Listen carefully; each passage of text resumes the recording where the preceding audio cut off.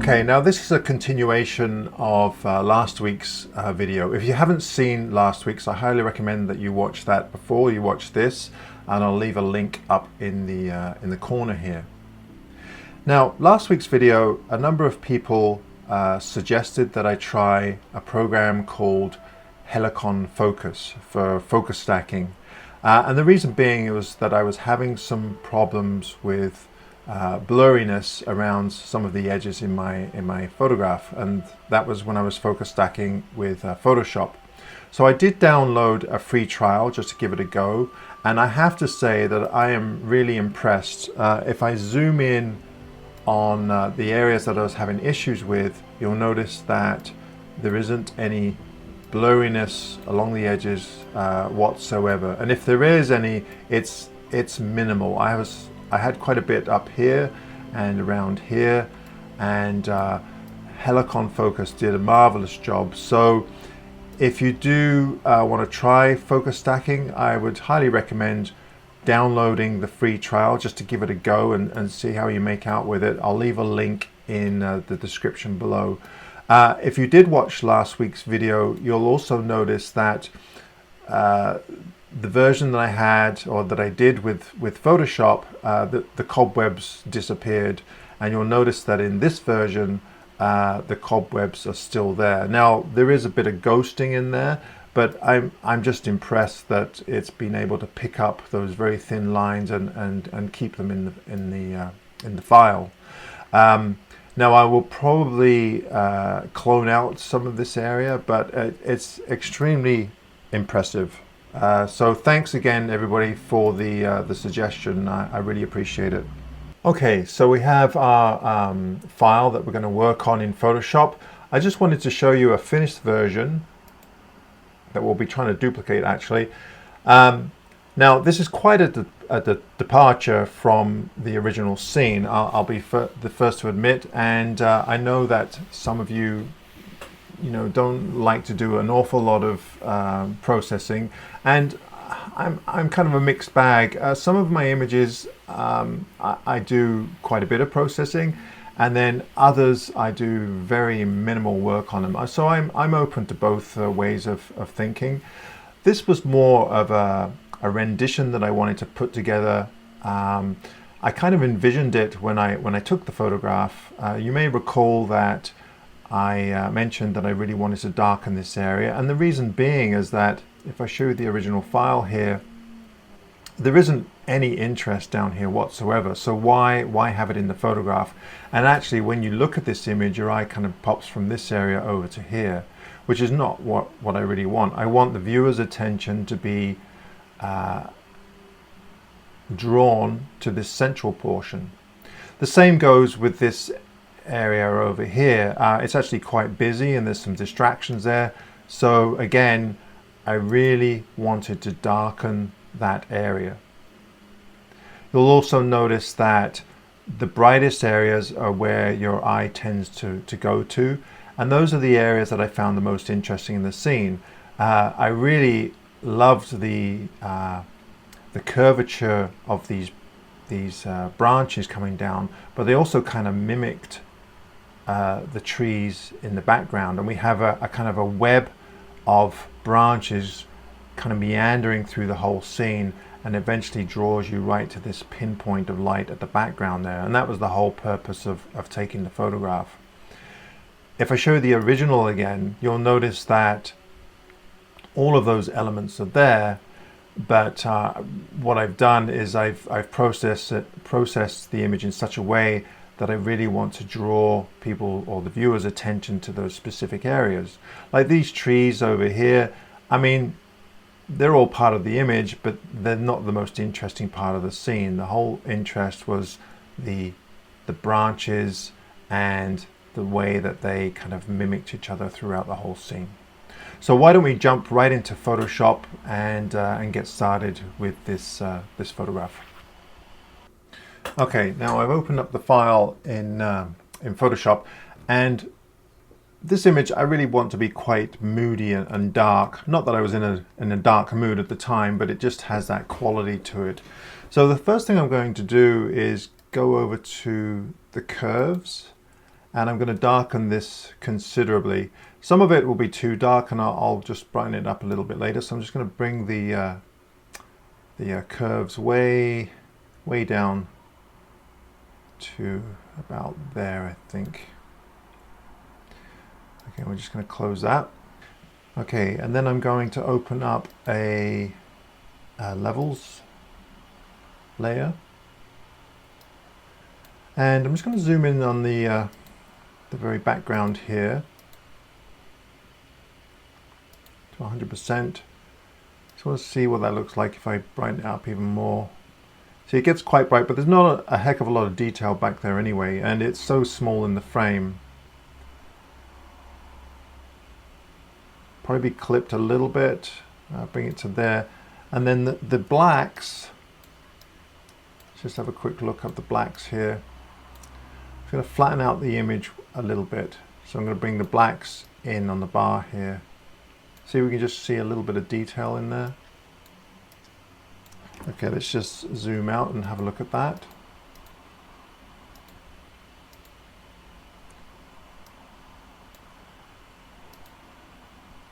Okay. Okay, now I'm going to start off by dodging and burning a little bit in here, especially in the corners here. Now I want to burn these in. Now, what you would usually do is you would just make a separate layer and go up to this little menu here and go down to soft light, and then change your brush color to black and go into the paintbrush. But I use the Tony Kuiper control panel. I just find it much quicker. So all I do if I want to burn and dodge is use these two tabs here. So I'm just going to burn. So you just press on the hand, and you'll notice all of a sudden there's a layer up here, has soft light, and the brush is already picked and it's already black. All I have to do is change the opacity or the flow. Now some people will keep the opacity at 100% and reduce the flow, so you build up slowly. I generally, I don't know, I guess it's just a habit that I've got into. I like to keep the opacity at 10% and build it up that way. Either way works, whatever you're used to. So as I've said in my previous video, I wanted to burn this area in, and I want to burn it in considerably. So this is because this area here isn't terribly interesting. So we'll just keep burning that in. And this area here, because we have all these distractions like sticks and old logs and stuff that doesn't really add to the photograph. This area here, I want to keep the light on this branch, but this section here, I want to darken it a little bit because it tends to be drawing the viewer's eye out of the frame, which is not what we want. So rather than going up here and typing 30–40% and doing it really quickly, I like to do things gradually and slowly build them up,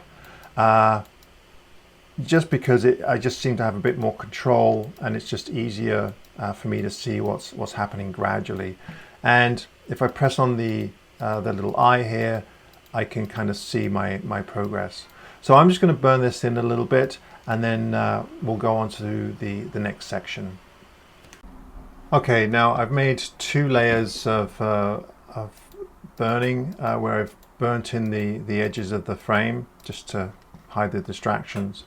Now in previous videos I've talked about how light and dark attract and detract from certain areas, and so I guess with this image I've got to define what it is I want to portray. So what do I want to kind of draw people's attention to, and what do I want to draw people's attention from? So, and also go with kind of what the natural light was doing in the first place. So you'll notice that this branch here has some natural light on it up here. We have a little bit of natural light on this branch here, and this one here, a little bit on here and along here. But some of these areas have light on them that I don't necessarily want there, because I don't want to draw attention to those areas.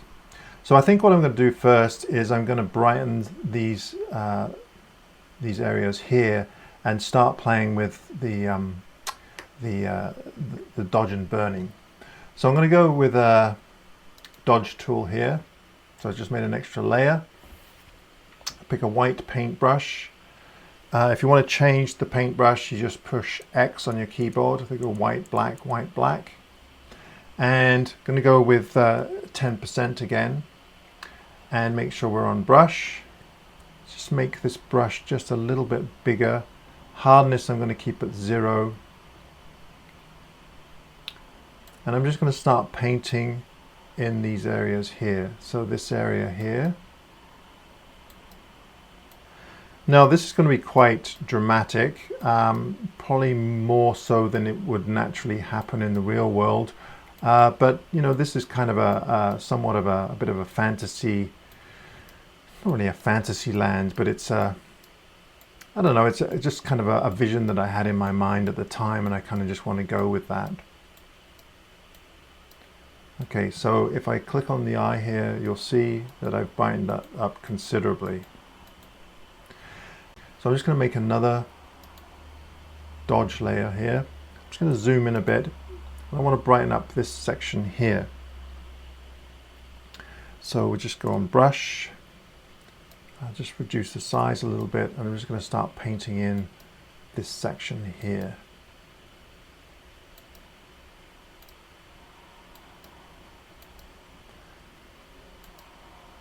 Now it doesn't matter if you go over the edges, we can sort that out afterwards if need be.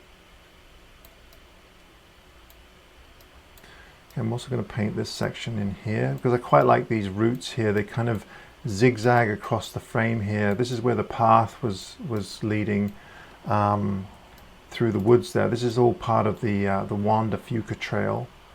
This is actually the end of the trail. The trail itself is 47 kilometers long. It starts at China Beach and ends actually at Botany Bay near Port Renfrew. I have done the trail. Some friends and I ran it actually. I guess it would have been 2 or 3 years ago now. Took us quite a long time because there wasn't an awful lot of running because it's so rooty, kind of like this, and muddy. So we walked a lot of it, but we did finish it in the day. If I was to do it today, I'd probably have a hard time because I'm really out of shape. All right, so I'm going to keep painting some of these areas. So let's just have a look at that. So you can see it's slowly brightening up, and that's what it's all about. It's to slowly build these areas up. So I'm just going to finish this dodging because I don't want this video to go on, and then I'll show you what I did with the dodging when I'm all finished. Okay, I'll be the first to admit that processing this image for a second time is much harder than the first time because I'm trying to match the original intention is much harder than I thought, but I'm working at it. So I've done a couple more dodge layers, this one here, and you can see how much dodging I've actually done, quite a bit. And when you click it like that, it looks very unnatural. But I've tried to follow along with the natural path of light, except for this tree here. This tree here is kind of key to the composition, and it was quite dark, so I've brightened that up considerably. So if I unclick each of these, you can kind of see the progression from the original, and it's quite drastic. So we've got the curves, a bit of levels,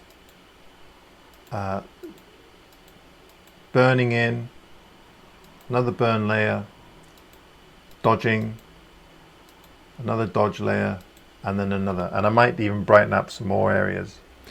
But what I want to concentrate on next is contrast. Now contrast kind of gives you that three-dimensional look that you want in a photograph, if that's what you're after. So we have bright areas and dark areas and good contrast in between. And if you put a dark area next to a bright area, then that's where you're going to get that illusion of contrast and depth. So this area here, I'm going to darken up quite a bit, and in here, and then where I've lightened up the trees, I would like to darken up those areas too. So there's a couple of ways I can do that. I can either just dodge and burn, or I can try a luminosity mask. So why don't I do something a little bit different? I'll try a luminosity mask here. Now, this panel here has a bunch of different tabs on it, and these are the midtones, highlights, and dark areas. And these areas here are probably in the midtones. So let's just click 5, just to kind of see what kind of mask we might end up getting.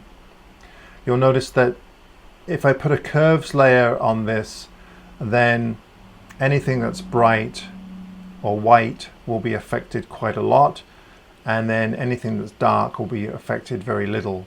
So the area that I wanted to dark was actually adjust was actually in here, and you'll notice that there's quite a bit of dark areas, and the highlights are the brightest areas, and that's not really what I want. So I'm going to go down to this area here, number 3, and now all of a sudden you'll notice that all of the light areas or the bright areas are black or dark, and all of the darker areas are light, and that's kind of what I'm after.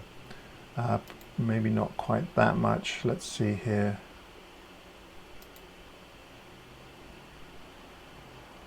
Okay, I'm going to try this one here.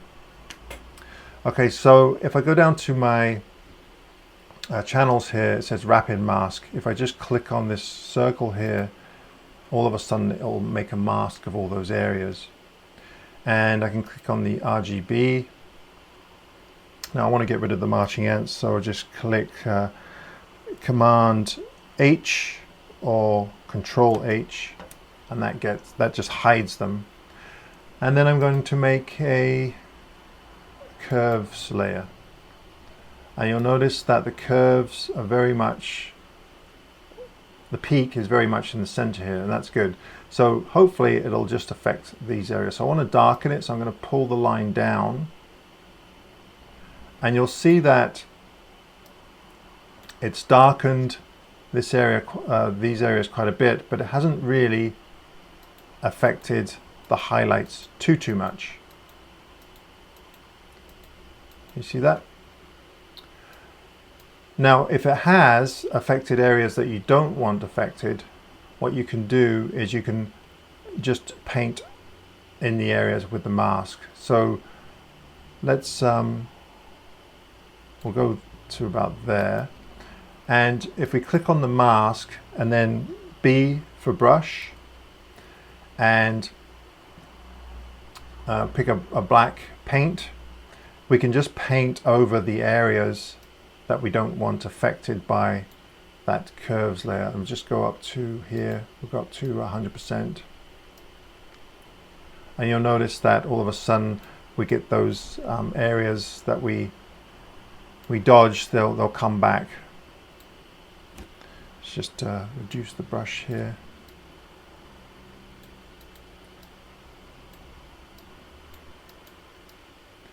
So I'm just painting over the areas that I don't want darkened, if that makes sense. This tree here.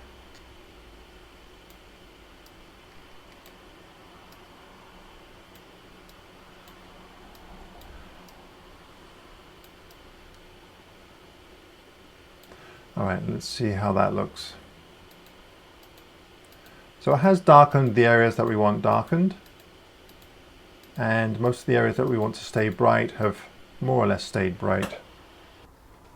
Okay, now I want to brighten up these areas just a little bit more, make it a little bit more dramatic. So what I'm going to do is, rather than dodge and burn all of them, I'm going to try and make an adjustment layer that's a little bit more accurate.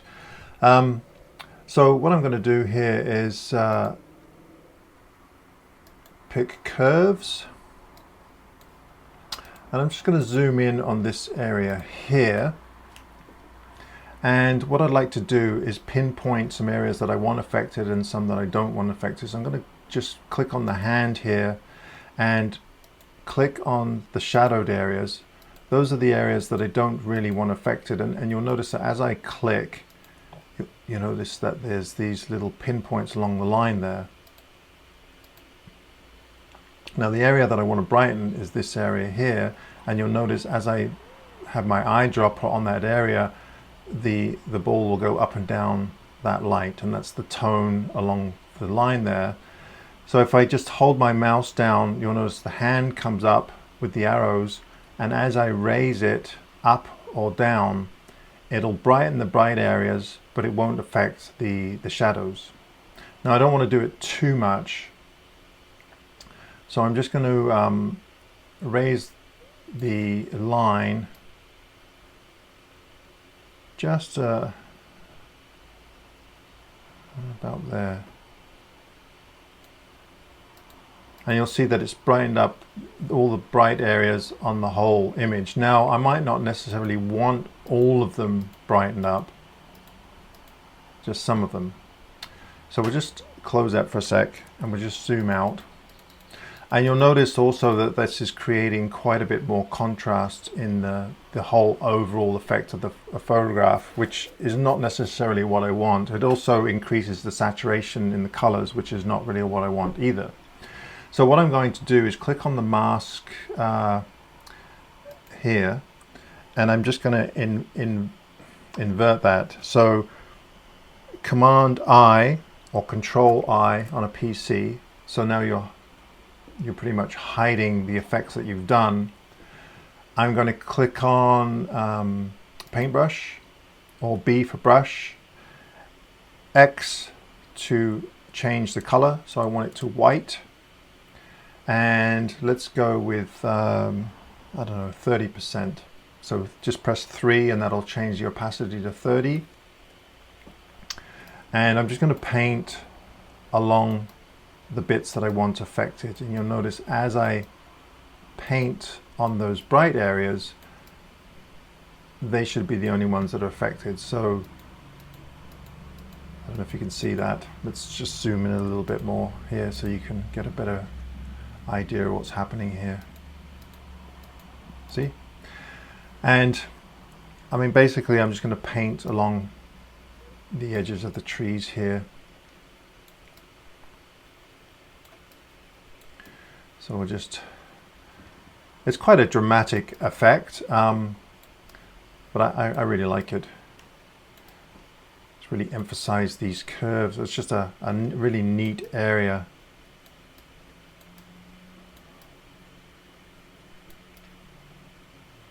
Now I don't necessarily want to affect this area here, so if I do happen to go over, I can just change the color of the paintbrush to black and then just paint that in. And go white again.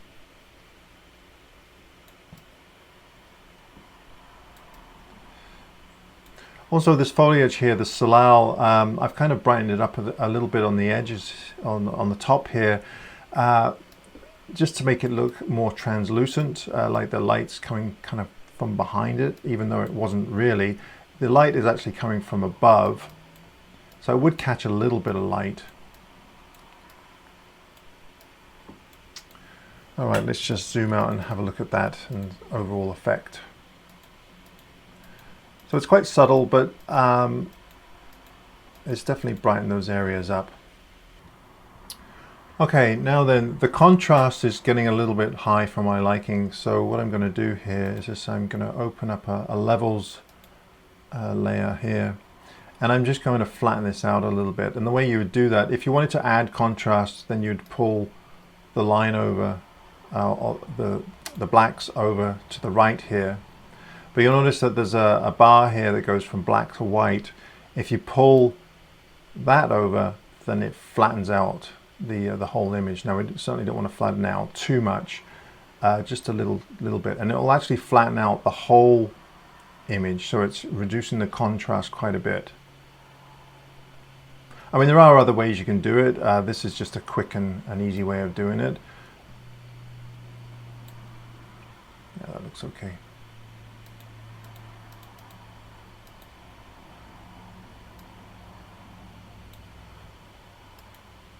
Okay, now I'm just going to add another burn layer. So just click on that little hand here. And what What I want to do here is just add a little bit more contrast between the bright areas and the dark areas in the trees here. So I want to create, make this area here a little darker. So I'm just going to zoom in and make sure I'm on brush, just to brush the size here. Make sure that I'm at around 10%, and I'm just going to start brushing this in. Now, to make this go a little bit quicker, what I often do is just click in an area and then click on the shift key, and that'll just, it's kind of a lazy way of doing it actually. And you'll notice that I've just darkened the whole side of the tree there. This area here I'm going to darken a little bit more, so we'll just click in there, and I'm holding down the shift key here just to darken out that whole area. And then this area here. Now I don't want to overdo it because then it just starts to look a bit too fake.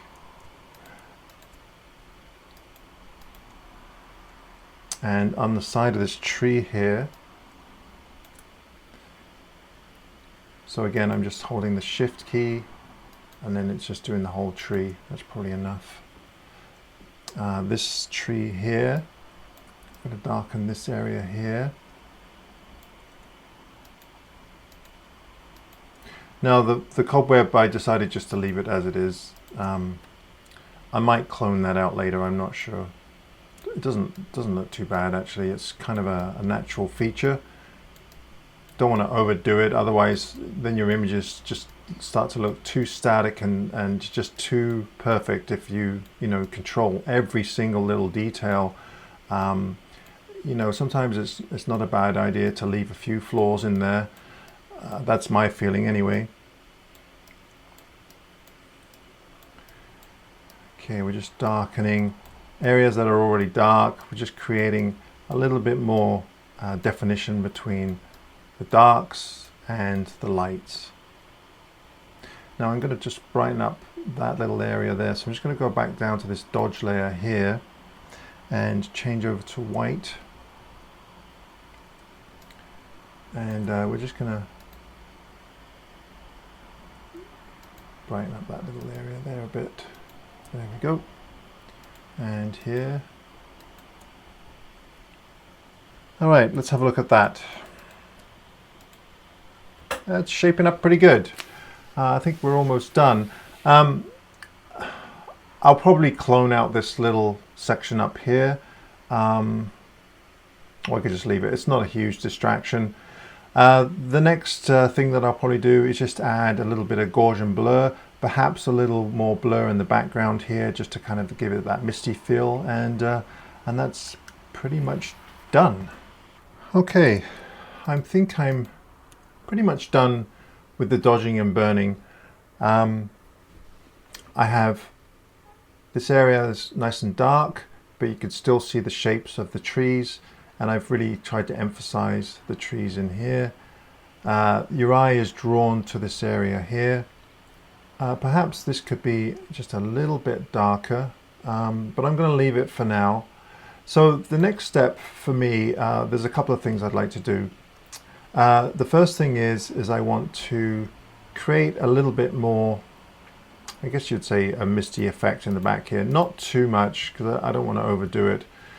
And one of the ways you can achieve that is by creating a separate layer. And then up here, we're going to go down to Linear Dodge Add. And pick B for brush. Make the brush quite small. Hardness is set to 0. And make sure that I'm on with the white paint and 10% again. And I'm just going to click little areas here, and you'll notice that all of a sudden the contrast is reduced and it creates somewhat of a misty effect. Now don't worry if you do it too much, because you can always reduce the effect by just changing the opacity. So we're just going to lower that a little bit.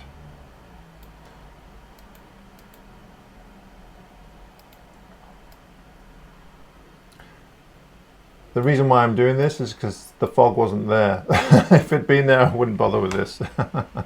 So I'm cheating, creating my own fog. All right. Let's see here. Yeah, I like it. I like it. Okay, so now I'm going to stamp this and make a copy layer of the whole thing. So the way you do that is Shift, Alt or Option, Command or Control, and E. And you'll notice that makes a copy of everything that you've done. Now what I'd like to do is go up to Filter and Gaussian Blur. Now I realize this is not an effect that everybody likes, and I don't do it on every single image that I have, but some images I kind of like to do it. I kind of like the dreamy effect, but you can overdo it, and I have overdone it in the past. So okay, so now once I've done that, I want to create a brightness and contrast layer, and just click on this little box here, so you're just affecting that one spot, and then you kind of do it to taste. Now I generally bring up the brightness up quite a bit and the contrast, but I think on this one I might actually bring the contrast down because I don't want the image too contrasty. And there we go, we're done. Right, and then what you can do from there is Command or Control and click both layers, and Control G or Command G, and that'll make it into a group. And then just get the opacity and slowly bring it down to taste. Now I generally, as I've said in my past videos, go around 17. I quite like the effect at 17, and that's what I usually use, but sometimes I go a little bit lower. It also reduces the contrast quite a bit as well. Now on this group layer, what I'm going to do is I'm going to put a mask on that, so that's the rectangle with the circle in it. And I want to paint some of this effect out because I don't want it on everything, especially the foreground, because generally when you look at a scene, it gets hazier and hazier the further you go back. So the foreground is generally quite sharp and crisp and clear. So again, I'm going to pick B for brush, X or change the color over here, black, and I'm going to go with I don't know, let's go with around 40%. And then I'm just going to start painting in this area here that I don't want affected. So what's happening here is you're just masking out the effect that you just put on there. And we just keep circling around.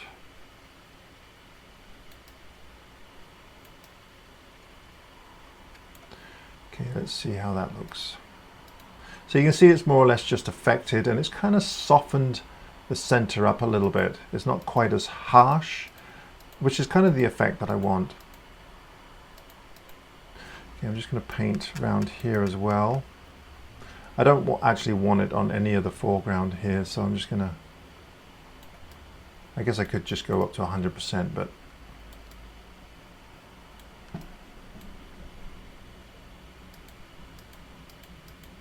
okay. And then, you know, if you want to adjust the brightness and the contrast, you could still do that. If you want to experiment, you could just, because it's only going to affect the blurry layer.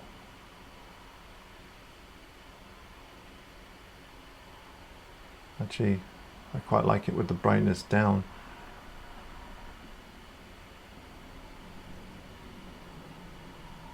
Okay, I'm just going to leave it there like that for now. All right.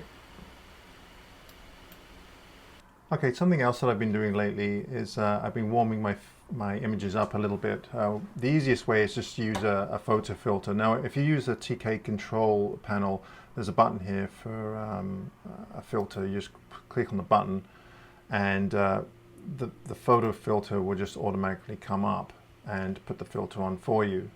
Now, if you don't have that, then you can click on the background layer, just go to Image, Adjustments, and look up photo filter, and you'll see here that we have a bunch of different filters, 85, 81. I mean, the 81A used to be the warming filter of choice in the film days, and I used to use the 81A all the time. 85 was a little bit strong, but I think I'm going to go with an 81 and then just bring it down just a little bit because it's just a bit too orange for my liking. Just a tad. And if I click on preview, you can see that it's just warmed it up just a little bit. And then from there, something else that I've been doing lately, obviously this is just a personal preference. I've been desaturating my images quite a bit. Not everything, but I don't know, I just tend to like them quite muted. It's just a phase I'm going through, I guess. So I just got a hue saturation, and I'm just going to universally bring the saturation down a little bit. Not too much. I mean, this probably look really good in black and white, actually. About that, it looks fine. And that's pretty much it. You know, if I was doing this on my own and not recording this, then I might finesse a few things a little bit more. As I said, this is the second time I've done this, so it's you know, it's lost its appeal a little bit because I only like to do things once. So, and actually, I have the first version here, and you can see that actually it's quite a bit redder. Which actually I don't like. I actually like the new version, so that's a good thing. So if I click on all of these layers here and make them into a group, so that's Command G or Control G on a PC, you can see it's quite a departure from my original file, but it turned out just the way I like it, and I'm sticking with that. All right, everybody. Phew, that was a long one. You know, most of the time, the images that I process, I don't go into them this much.